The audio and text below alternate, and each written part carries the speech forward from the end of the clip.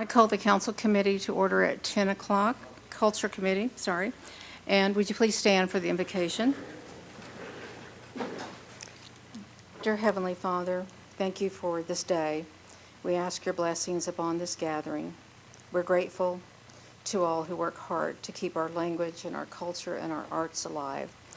Please lead us and guide us today, Lord, and help us make the right decisions for the Cherokee people we serve. In Jesus' name, amen. Shelley, roll call, please. Yes, ma'am. Victoria Vasquez, Ani. Cody Poindexter, Sasha Black Fox Qualls, Danny Callison, Julia Coates, Joe Deere, Mike Dobbins, Kevin Easley, Lisa Hall, Johnny Kidwell, Daryl Legg, Dora Petskowski, Joshua Sam, Mike Shambaugh, Melvina Shotpouch, E.O. Smith, Condessa Teehee. We do have a quorum. Thank you. If you've all had a chance to look at the minutes from the May 30th session, could I have a motion to approve? Second. All in favor? Motion passes. Thank you. Our first report is from Molly Jarvis with Cultural Tourism. Welcome, Molly.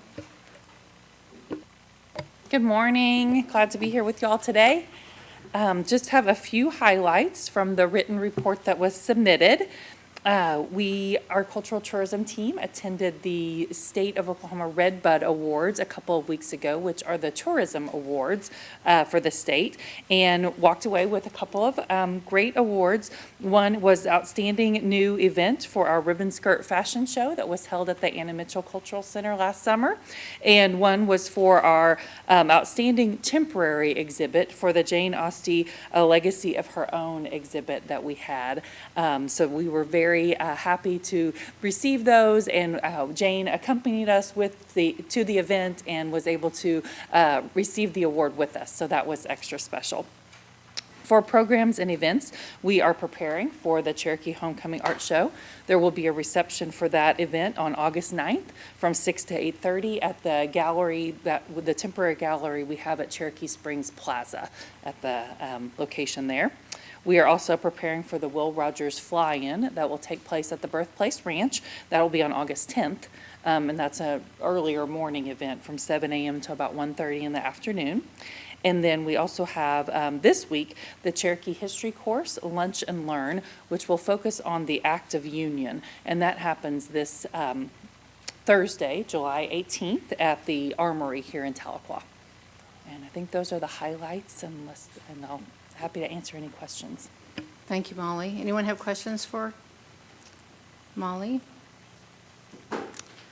Thank you for the great report. I'm glad to see those awards come into our cultural and tourism places. I'm just so proud of everything we're doing, especially at the Anna Mitchell Cultural Center. Thank you so much. Thank you.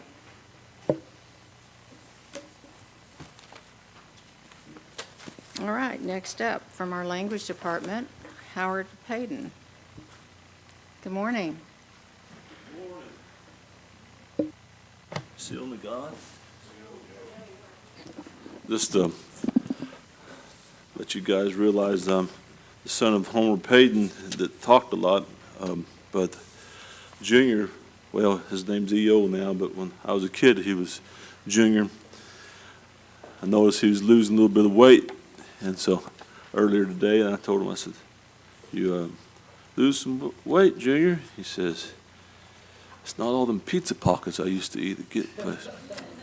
It took me down memory lane where I used to get $1 a day to eat, and I figured out that 65 cents for lunch and 30 cents for breakfast, I could save a nickel a day and maybe every couple of weeks have a pop. And that was Junior's was back then. Vian was the campus was open, so I figured out that I could, if I borrowed 8 cents every morning, I could go over there and get a 20-ounce Dr. Pepper with a piece of pizza and be like the cool kids. And so 8 cents every day made me popular for a little while because of Junior Smith. So we both gained a little bit of weight over that deal. To get started, guys, I wanted to tell you guys a little bit about, we had last year at the speaker event, we had a drawing for trips to North Carolina, and so this June, we took a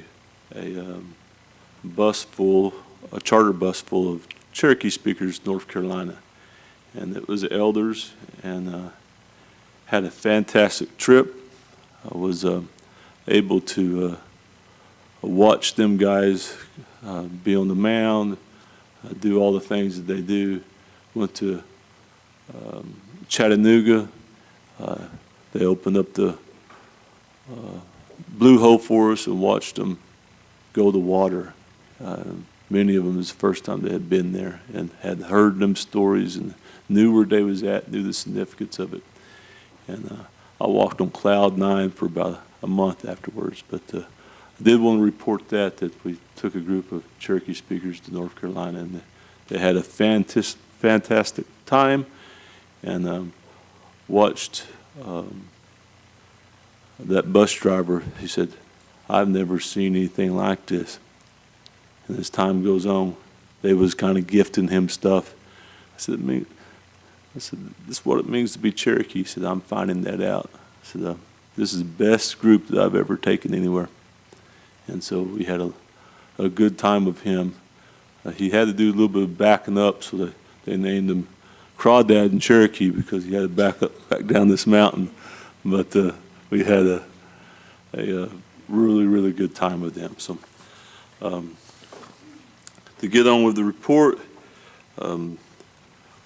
this reporting period for online classes, we had 305. Year to date, we had 4,109. Just to go through a few. Internal translations, we had 14,374. External, we had 5,552. We gave out 1,370 language posters to schools and different things, 1,500 hard drives. The Institute of Excellence, still working with 6 elders, finding a high registered level of lexicon and discourse and mapping them different things and analyzing future for future language material and that sort of thing. We graduated 2 participants at Advanced High out of the Teacher Bridge program, which is really, really a high standard for second language speaker. We've been still working with at-large language courses. I'm getting a lot of good feedback for that. So far, we've had 8 courses complete with 260 attendees that has attended them.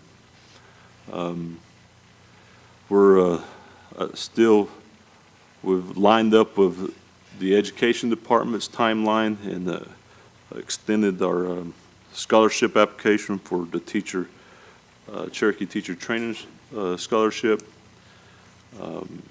Master Apprentice program has hosted 2 different Ojibwe language programs that came in and did a cultural exchange, and we were able to work with them. The Ojibwe Cherokee Nation Language Department is really, really working together. There's a federation of the different tribes that has came together as a group of Ojibwe, and there's several different of them tribes that came down. One of their chiefs came down, different things. They're really, really working on language revitalization. 4 radio shows has been recorded. We've Anna Six Killer taught a basketry class at Saline Courthouse.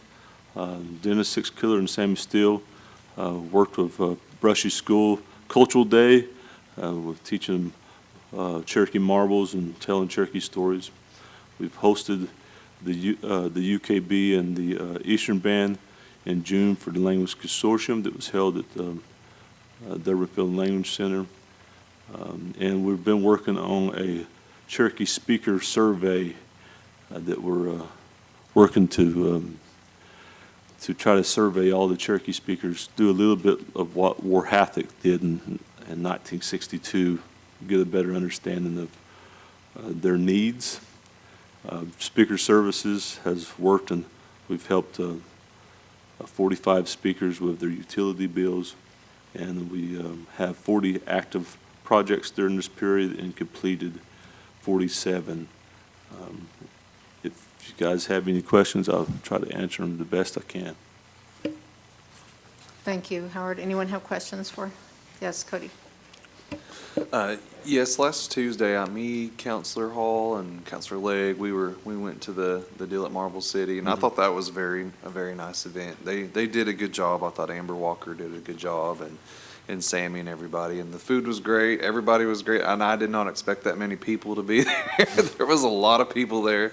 So, and they said that program will be going for about 10 weeks every Tuesday night. So I encourage people to go, and it's a really nice event.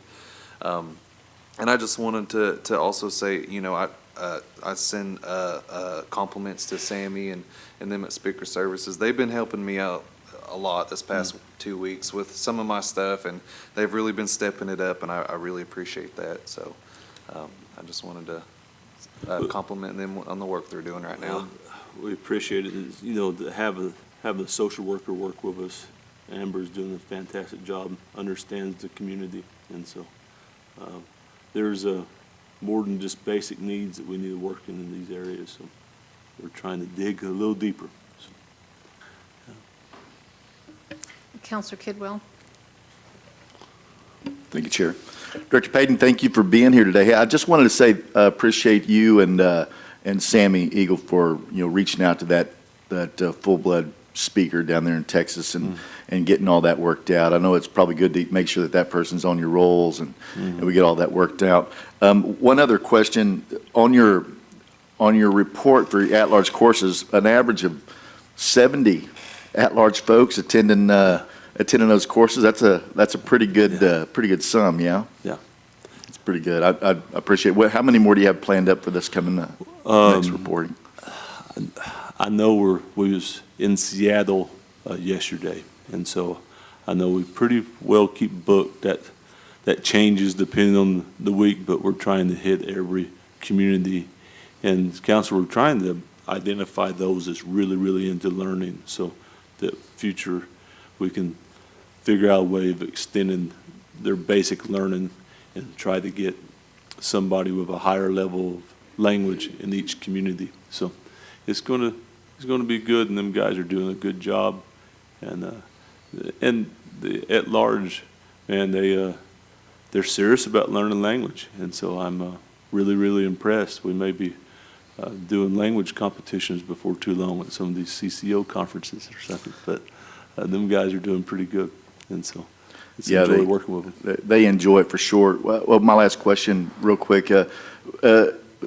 On the Speaker Services side, that's going out and helping speakers and different folks get roof repairs or whatever home repair, whatever it is they need. How many people are in that part of your department? There has to be about 10 that works that. Some of them work more on the financial side. Some of them actually go out and bend nails, and then some of them are out actually, coming in and looking at the job and building scopes and of work, that sort of thing. We do have a crew that's primary Cherokee speakers that goes out and works on Cherokee speakers' homes and do small repairs. But if we have bigger jobs, we also have folks that comes out and build scopes and gets bids out and that sort of thing. So there's about 10 of them total. Okay, are those bids processed back through your office, or does housing play a role in?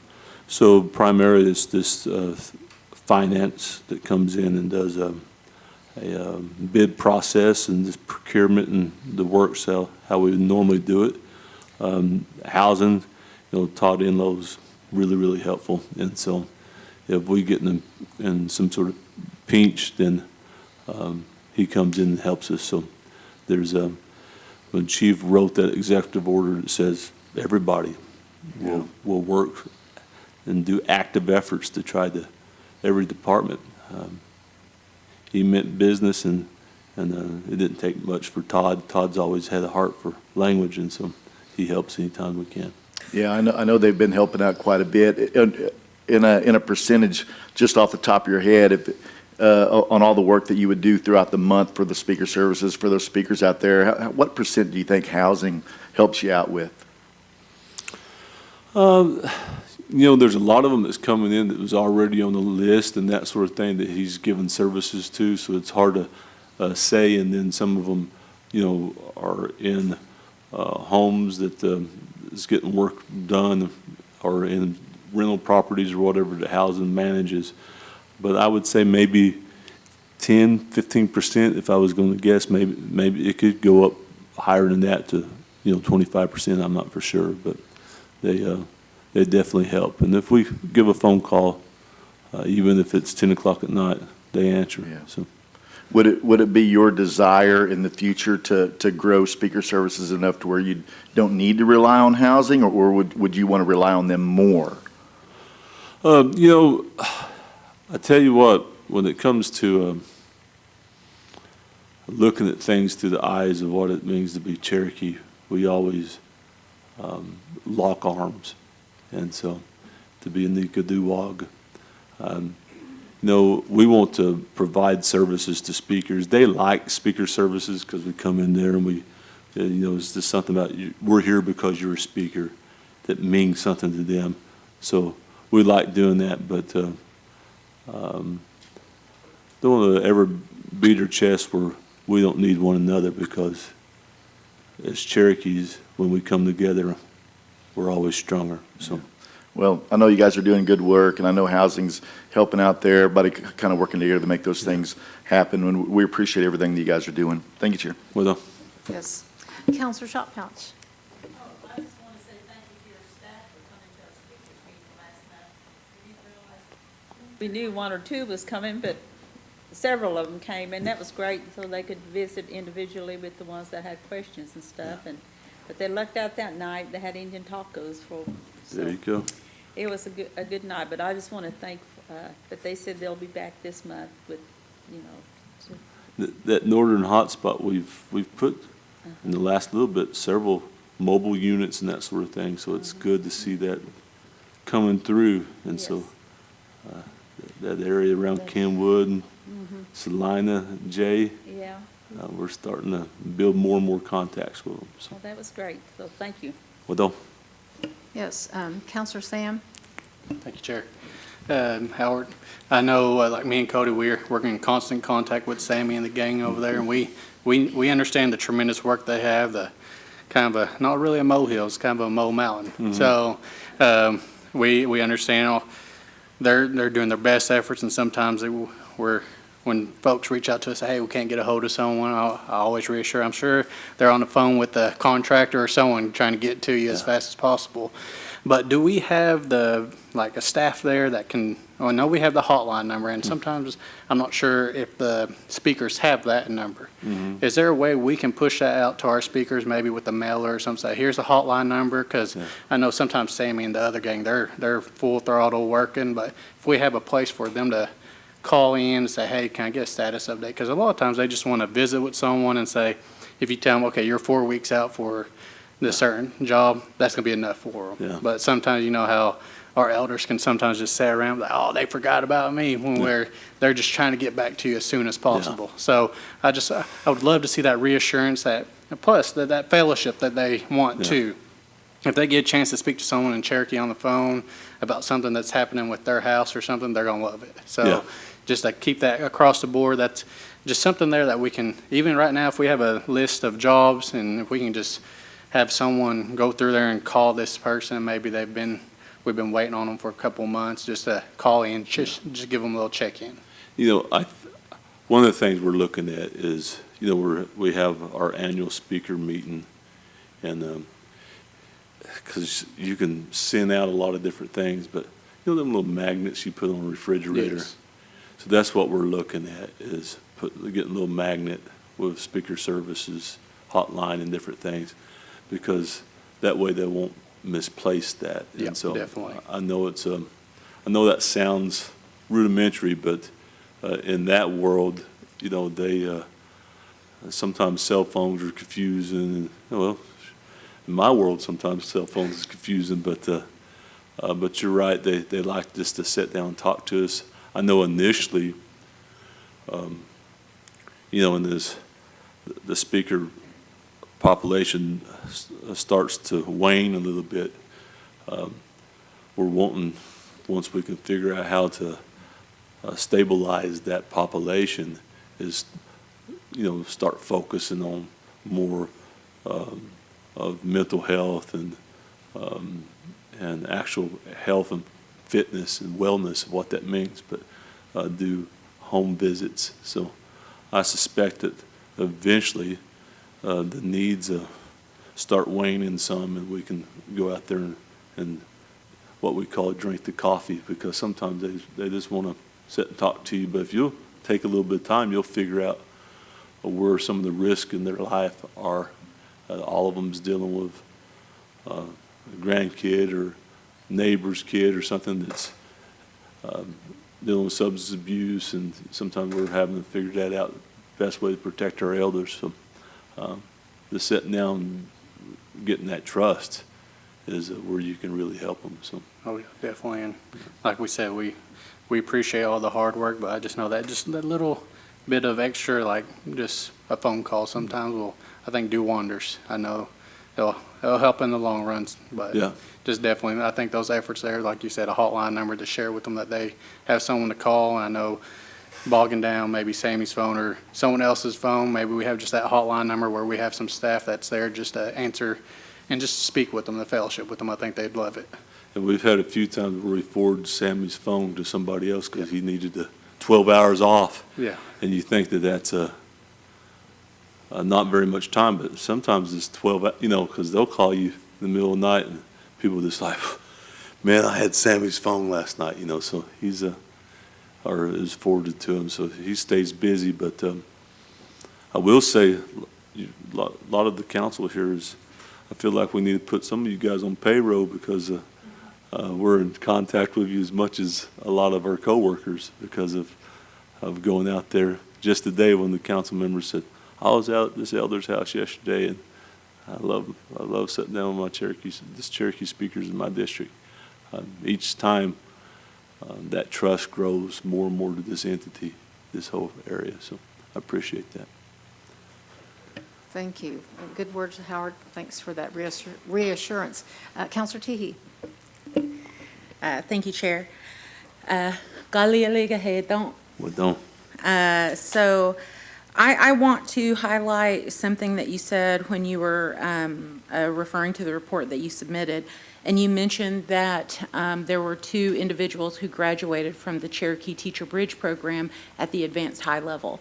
And I want people to understand what a huge accomplishment that is. And it is referring to the ACTFL scale, which is the American Council on the Teaching of Foreign Languages, which identifies 5 levels: distinguished, superior, advanced, intermediate, and novice. And the majority of people who speak one language operate at the advanced level 90% of the time. They're operating at the advanced level. That's why our newspapers are written at the 8th grade level.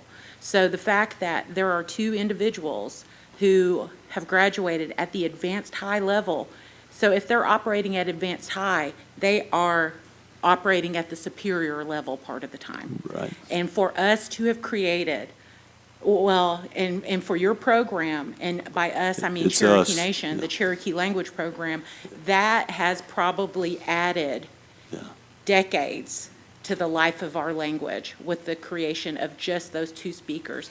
And there are other advanced high speakers that have been created, some of whom probably are also operating at the superior level and may actually be rated at the superior level because they have continued on in the language since their graduation. So to have created essentially 2 new speakers, and yes, they are second language speakers.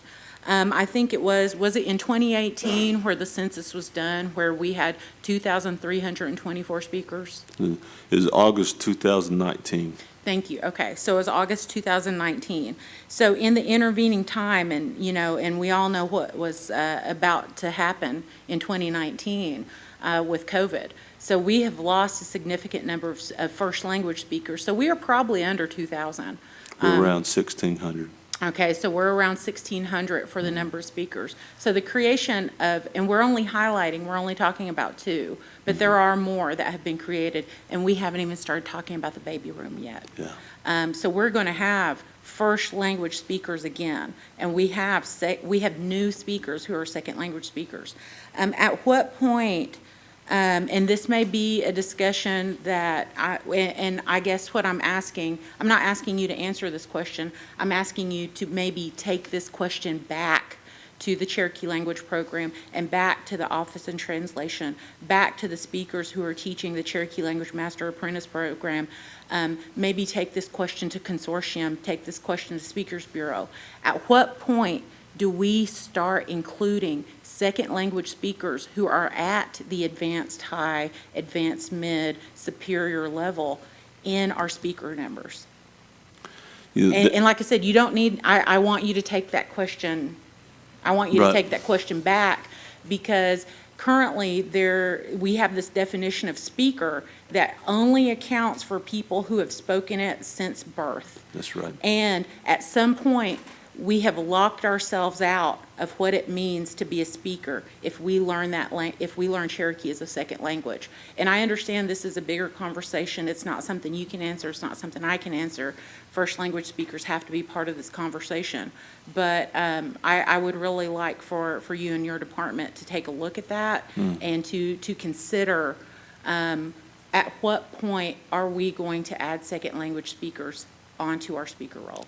So the week before last, I heard 2 speakers talking about that, and that this isn't in stone. It's just them talking. Said, why don't we start at the back of that speaker book with second language speakers that hits a certain level? It's probably advanced mid is where they start really identifying them as Cherokee speaker, but and have them start signing, and maybe one day them 2 lists meet, and that sounded powerful to me, just hearing that.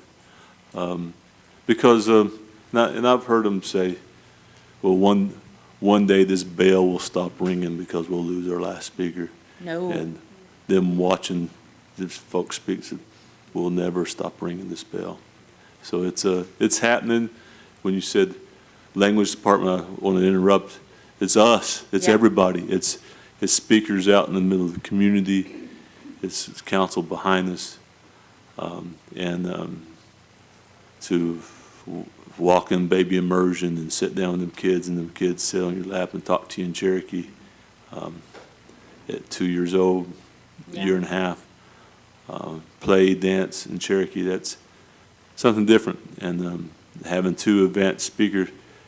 Advanced high, you're talking college level language at that point.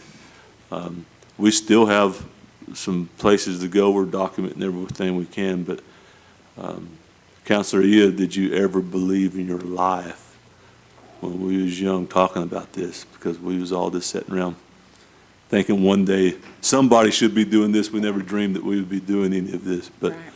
Well, and I will say too, I'm really proud that there are several graduates of the Northeastern State University Cherokee Language Education Program who have matriculated into Cherokee Language Master Apprentice, which has acted almost as kind of a finishing for the learning that they started there, because as a university program, there aren't as many contact hours. So all NSU can really do is give a good leg up and a good start. Yeah. But in terms of the intensity of contact hours needed to create a speaker, you need hundreds of hours to get to that advanced level. And that represents an investment for our future as Cherokee people.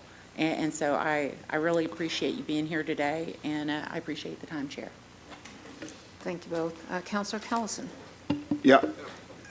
Counselor Teehee made me stop and think, how many advanced speakers do we actually have?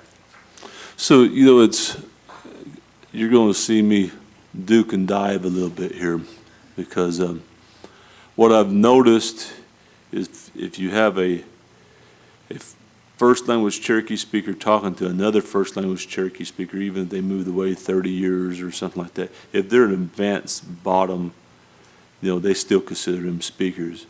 But I don't think they would consider anybody a speaker that was not in advanced levels. Now, if you talk Spanish or something like that, sometimes they'll let an intermediate level go through. But if it's with our speaker population in Cherokee Nation, they will not really recognize a Cherokee speaker as a Cherokee speaker unless they're an advanced level. Now, they really won't. So far, they haven't really been recognizing a second language speaker being a speaker until they hit about advanced mid. So sometimes they'll recognize a Cherokee speaker because I think their tones are better and that sort of thing. Maybe they don't have as much subject matter content, but they're still an advanced level where the tones are still a little messed up in advanced low, but they have enough contact when they get as far as vocabulary, when they get to advanced mid, where they recognize them pretty well as speakers, even if they're second language learners. So. But at some point, being an educator, we all know that to be a first speaker, it's got to be the language you spoke at home. Right. And we know that's going to continue to decline as folks get older and as they pass. Yeah. So at some point, we're going to have to, it seems like to me, be able to understand who is the advanced speakers, and because that I know we're trying right now to, I was at your tour the other day where they're teaching the parents when they've got the kids in the immersion schools, to go home and to speak the Cherokee and to use it as their first language. But at some point, it looks like to me that we're going to have to know who's the advanced and where we're at with our language. So if we have 1,600 speakers left, which I think that's about where we're at, all of them are advanced levels. Now, what's scary to us is the superior and distinguished. When you speak a Shakespearean type Cherokee and watching that die and not being caught up enough, that's why we're trying to record everything we possibly can. So we're trying our best to get in there, and because during dark ages, I think Spanish, if memory serves me right, went down to like 17,000 words or something to that degree, and it's been built back, but we don't have any desire to rebuild this, if that makes sense. So try to capture as much as we can. Yeah. Being in education as long as I was, if somebody we had a foreign exchange student from France or from China or from wherever would come to the United States, somebody would look at somebody and say, man, they're hot.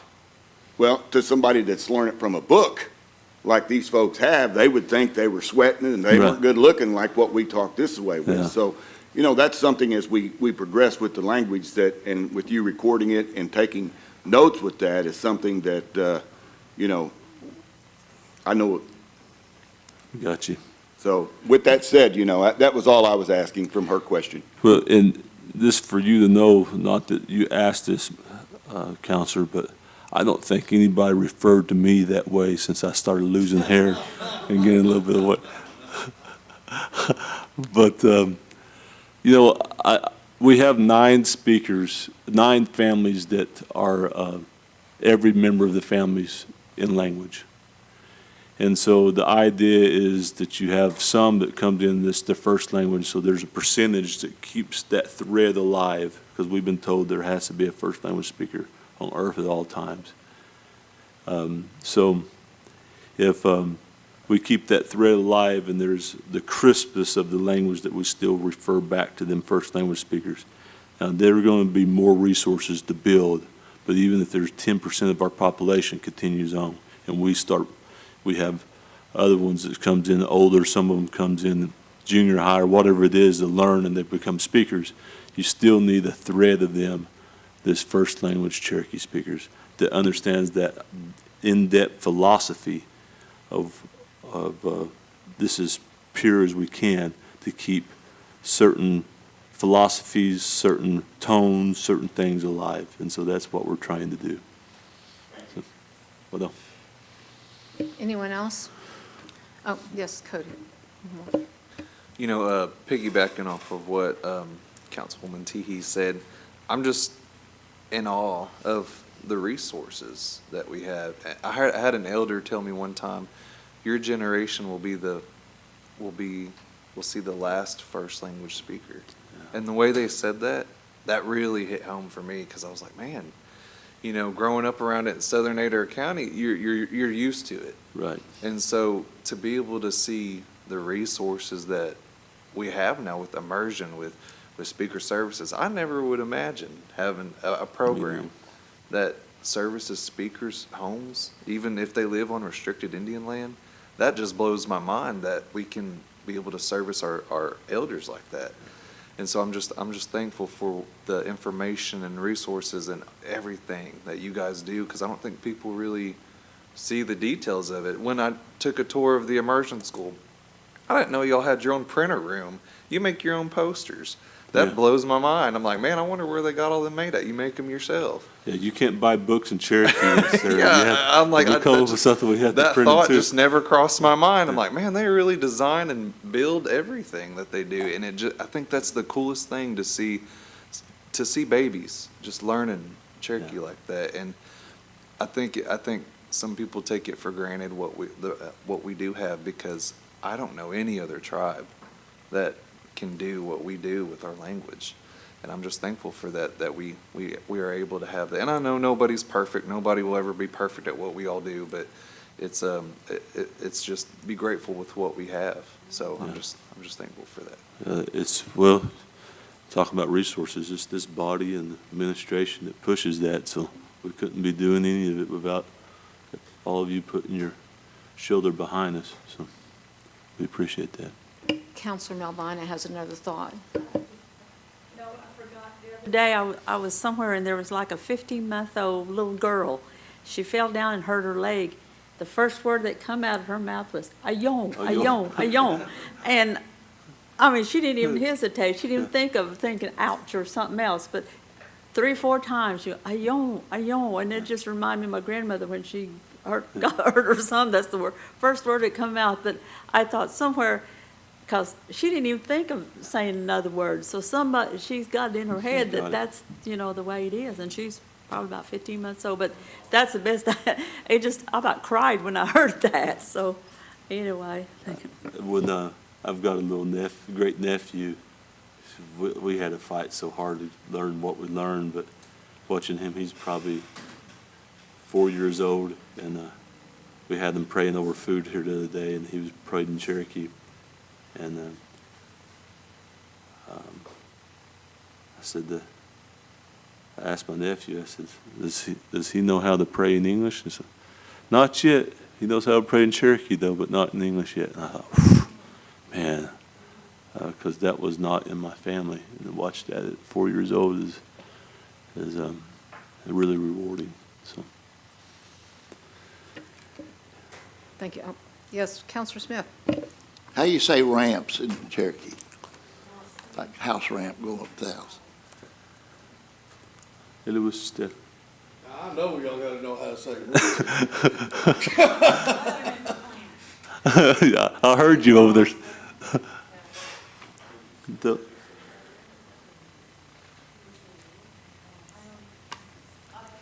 I think of that. Anyway, it seemed like everybody wants one. I know it. And I had a man call me the other day, and I've heard it, but I can't say it. He said, he told me what he needed. I said, you need what? But it seemed like everybody's really needing ramps now. We got to get on that harder, don't we? Well, it's something that we continue to do. CCO's helping a lot with it. We're building quite a few ramps, and it's doing good. Enough to this? Did you? Well, that's the deal. They see where we're building those ramps, and everybody wants one. Yeah, I know but it's a good deal. Junior, sir, you just fixed it. I'll learn a Cherokee word for sure today, because I can't think of ramp right now, but I'll tell you what, by the end of the day, I'll know that. Is there any more questions?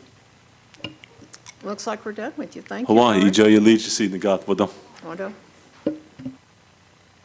Next up for Community and Cultural Outreach, Savannah Smith. Thanks for being here.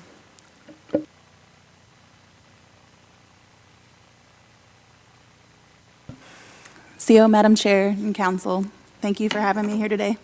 I believe you guys have my report, and I'll take any questions that you have at this time. Yes, Counselor Deere. I just got a comment. We had that hunting and fishing in Owasso with a Cherokee org, and we had to shut it off at 200. But the staff that came down from CCO, we had all the kids and parents on the lake in 15 minutes, which was amazing. So I just want to say thank you to your staff in the CCO office. That was awesome. Will do. Thank you. Thank you, Chair. Anybody else? Oh, yes, Counselor Sam. Thank you, Chair. Not a question, but more of a comment. I know I've hit your group up quite a bit for ramps and stuff. Thanks, EO, for bringing that up. Every week. Y'all have been hitting them hard, and I truly appreciate that because I know those citizens, they're happy. They've sent me and Cody text messages, pictures of their ramps, and they're just beyond the moon for them. And we appreciate your group for all the hard work y'all do. Thank you. Anyone else? All right, thank you for your good report, Savannah. Thank you, guys. The last report is from Cherokee National Treasures Advisory Committee. It was Betty Frog. Oh, Molly, yes. Today. Thank you. Yeah, I know the report has been submitted, but also wanted to hit a couple of highlights for the treasurer's activities right now. At Saline Courthouse, we have the Crosland Smith exhibit on his language and work there called The Healer's Journey. And the mentorship program through the treasurers keeps ongoing. We have 10 treasurers that are hosting classes right now. And then we will have the exhibit of the artwork that has been done throughout the year. So we always do a show of the class participants that the treasurers have taught through the year. And that will be, let's see, on August 31st from 9 to 3. And it will be, let's see, in conjunction with the Artisan Marketplace at the holiday. So we will have that going on. We also have nominations have been received for this year's treasures and have been submitted to administration for review, and those should be made public later this month. And so excited about that. And I think that's about it for the highlights, unless there are any questions on the treasures program. Anyone have any questions? Yes, Counselor Kidwell. Thank you, Madam Chair. Ms. Jarvis, thank you for being here today. I appreciate it. I just wanted to know, I was looking through the report, but is there a comprehensive list of all the national treasures listed by district? By district, I don't know, but I can certainly get that. Do you have that? Oh. Oh, okay. Yeah, I mean, I do have the comprehensive list. I'm trying to think if district is on there. I know county is on there, so we could certainly sort it by district. I can get that. Is that something you all would like to have a copy of? I would definitely like to have that Okay. if you could. Certainly. That's an easy Okay. thing to do. Thank you, ma'am. Thank you, Madam Chair. That would be good, thank you. Okay. Yes, Counselor Teehee. I think that's a great suggestion from the counselor, but I had asked maybe last year sometime if a comprehensive list of the national treasures could perhaps be published somewhere within the either the Cherokee.org site or somewhere else, because I think that information doesn't necessarily need the districts or anything like Right, that. but just a list. And there may be some complications for identifying districts for individuals who have long since passed away. So, so I definitely wouldn't ask for that. But if that maybe- list could be made publicly available without contact information or anything like that, So you maybe know. a list of the treasure, what they're a treasure for. And what maybe- year they were Maybe inducted. the year yep, that's what I was just gonna say. Yeah, Yeah. that's easy to do. Yeah, that would be wonderful. And, you know, just readily available via Cherokee.org or Yes. something like that. Yeah, we would- can find a location for that and let you know, whether it's on Visit Cherokee Nation's website or Cherokee.org. Yeah, we can do that. And it's always wonderful this time of year as, you know, the Cherokee National Holiday approaches. And, you know, Counselor Vasquez and I are both national treasures in different art forms. But I think, you know, I don't want to speak for Counselor Vasquez, but I think she would agree with the statement that we are always thrilled and happy to be welcoming new treasures into the fold, because a lot of our art forms are kind of being left by the wayside. But we also have these wonderful new innovations as well. And so the group of Cherokee National Treasures really represents both sides. You know, when you're talking about artists like Troy Jackson, artists like, I could just go down the list. But yeah, I definitely would appreciate the publication. So my of those. handy phone-a-friend here is telling me that we will have a website published as part of the Artist Recovery Act work Oh, that's going on, wonderful. and the list of treasures will live there. Fantastic. Well, that is great news. Thank you so much, and thank you for Yes. the time, Chair. You're welcome. That is good news. Yes. Thank you. Anyone else? Counselor Smith? Just want to lobby again, you know, while we got that Crosby and Smith up there, got everything together. Yes. I think it'd be great when that's over, we could move it to Marble City. That's his area down there, and I think the turnout would be great. Yes, and I remember that from the last time I was here, and we I will. just thought I'd hit you with it again. Sure, I appreciate that. Yes, always welcome. That I will make a note again. Yeah, very good. Anyone else? Okay, see no more questions. Thank you very Okay. much for that report. Thank you. Okay, old business, none pending. New business, none pending. Does anyone have any announcements related to culture or art or this committee? Yes, Counselor Poindexter. Just a reminder, in my district, the Bell Powwow is coming up. I think it's the second weekend in August. So I invite everybody to come out. So it's Friday and Saturday. So it's a good time and good fellowship. Great.